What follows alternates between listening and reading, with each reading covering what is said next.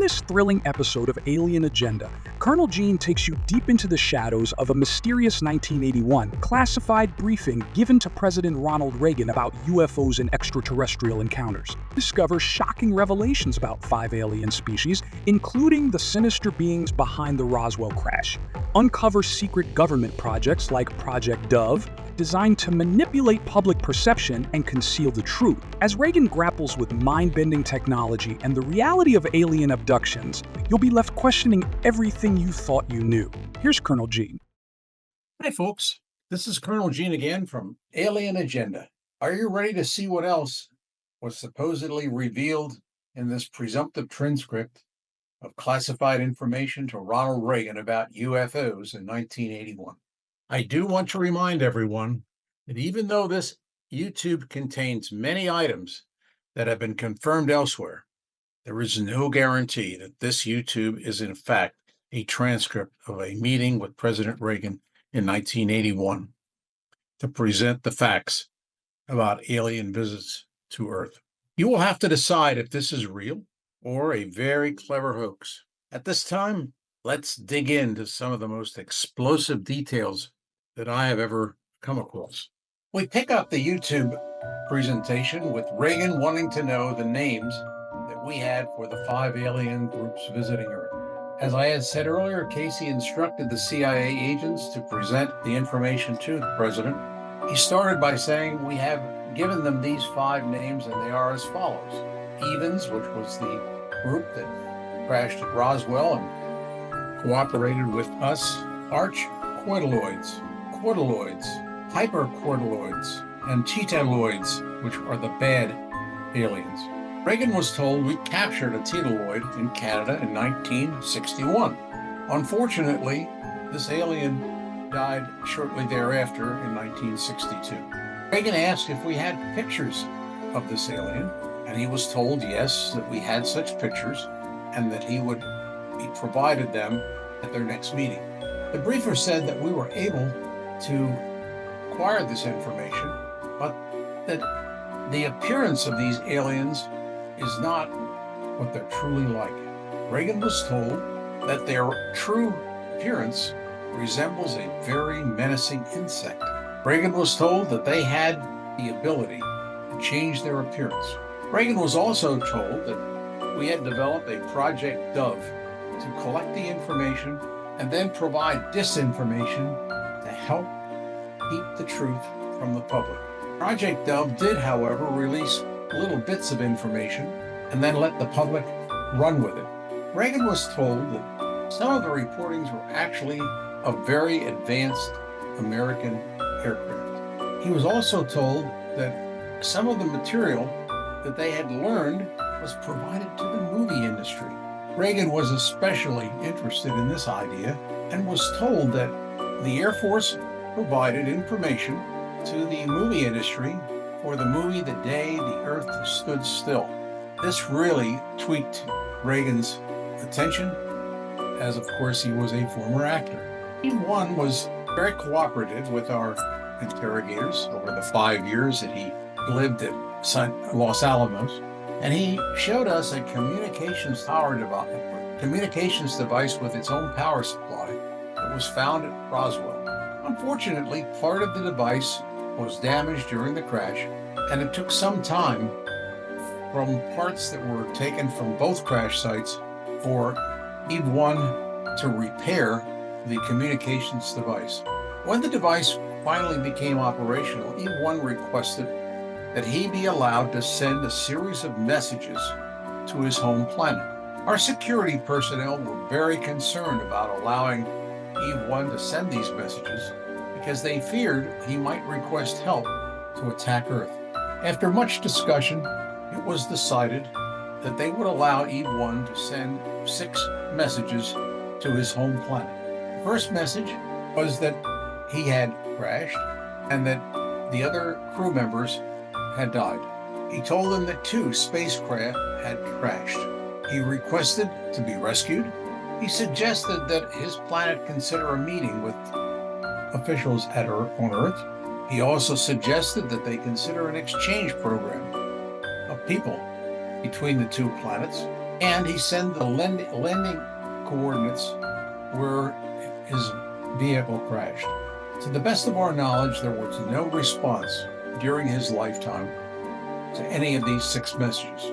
Starting in 1953, we began sending messages with the communications device after Eve passed away.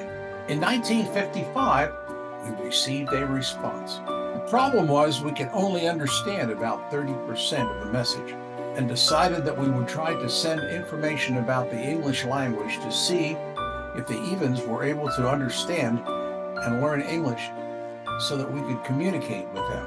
The first message after sending the English instructions was more clear, and we were able to decipher a request that they wanted to retrieve their spacecraft. The messages were still very difficult to understand, and we continued trying to help the Heathens learn English. They also sent information about their language and showed a direct correlation between their letters and ours in an attempt to improve communications. We, however, had a hard time with their language, and it was decided that it was a better plan to try to get the Heathens to understand English than for us to try to understand their language.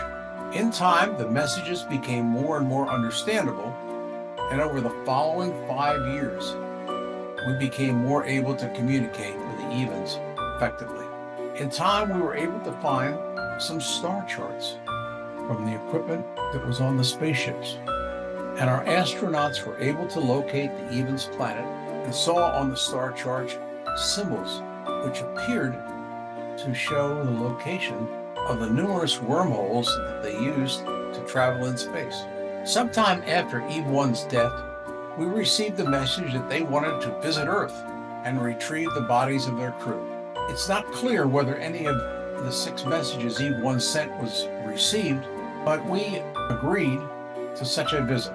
We had problems, however, establishing a time because the day on the Even planet is at 40 hours long, and it became an issue that had to be resolved. President Kennedy approved the visit but was killed before the scheduled visit was to take place. President Johnson decided to continue the mission, and we made plans to send an exchange team to the Even planet. However, when the Heathens arrived, they had a problem with our exchange team.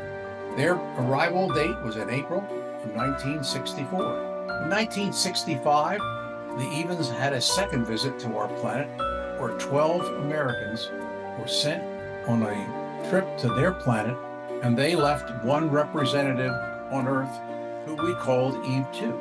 This exchange program was intended to last for approximately 10 years. However, in the end, it lasted 13 years. All the members of our team were carefully selected and had to be single and willing to spend the time away from Earth. 2 of our team died, one on the way to their planet. 2 chose to remain on Serpo, and 8 finally returned to Earth 13 years later. Reagan then wanted to know about the hostile aliens and the ones that were abducting humans. He was told we kept track of all the people that we were aware of, but that felt there were many others that we knew nothing about. We had a program to interview the people that were abducted. Some had to be interviewed under hypnosis to recall their experience, while others seemed to be able to recall it without hypnosis. It was hard to know who and when people would be taken, as the hostile aliens appeared and disappeared at will. We were aware of at least 80 people that had been abducted, and all of the accounts by these people were very similar. One, however, claimed that when he woke up lying on a table, he was being looked at by creatures that scared him to death. At that point, these creatures disappeared and were replaced by human-looking aliens. Reagan was told that we do have photos of one of these abductions in 1979, where a person was actually levitated from a military base in New Mexico. Reagan questioned why did the people from Serpo seem to like New Mexico. The president was told that even one told them that the topography in New Mexico was very similar to his home planet. E1 told us that the bad aliens, the Taloids, home planet was approximately 4 light years away from Earth. He also said that they used the same wormholes to travel the huge distances from their planet to Earth, but that their ships had a different type of propulsion system. E1 said that it was hard to explain the science, but when matter and antimatter are brought close together, a tremendous amount of energy is produced. We had recovered part of one of the ships from the aliens that were not friendly. However, we could not understand the technology, and much of the ship had been destroyed. However, their actual appearance was so different that Reagan was intrigued as to how they could make themselves look so different. He made the comment that it took a lot of makeup to make him look good on the set. The briefer told him that the Taloids were able to actually alter their structure so that they looked like humans, and it was not makeup. Then Reagan was told that we had a great deal of information about the Heathens, but knew very little about the other 4 species that were visiting Earth. He assured Reagan that all these groups had been visiting Earth for many thousands of years. At this point, the briefing came to an end with the indication that there would be a follow-on briefing in the days ahead. Please sit back and consider what we have covered in these last 2 episodes. As I said, whether or not this is an accurate story or not remains to be seen. But this is Colonel Gene signing off for today. I hope you have enjoyed Alien Agenda, and tell your friends about our podcast. If any of you would like to actually listen to the YouTube that these 2 episodes were based on, you can Google Reagan 27A Classified Alien Briefing, November the 29th, 2020. Until next time, stay safe, and I hope you enjoyed our visit with President Reagan. Join Colonel Gene on Alien Agenda by sharing your UFO story. Contact Deborah Wallace via Deborah@pcm.agency today.